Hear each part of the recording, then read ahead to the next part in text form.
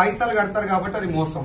Chain system లో పైసలు కట్టిస్తారు, అవసరం లేని ప్రోడక్ట్ అంటగడతారు కాబట్టి అది కూడా మోసం. ఇప్పుడు వెస్టీజ్ గురించి మాట్లాడదాం. వాళ్ళందరూ తిట్టి మనం ఒక్కరి మంచి అని చెప్పడం కూడా కరెక్ట్ కాదు. మనం కూడా ఒకసారి ఆలోచిద్దాం.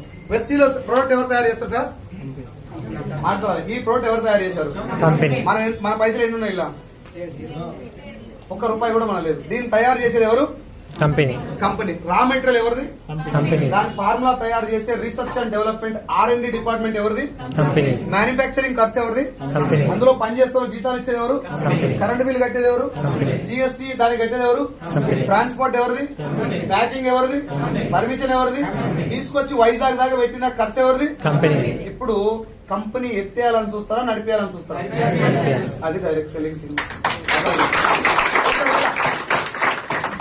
ఒక్కటే డబ్బా తయారు చేసి ఉంటారా? 450 ప్రోడక్ట్ తయారు చేస్తారు. 450 ప్రోడక్ట్కి ఎన్ని పైసలు ఖర్చు అయితే? 150, 250 అయితే కోట్లు అయితే కోట్ల రూపాయలు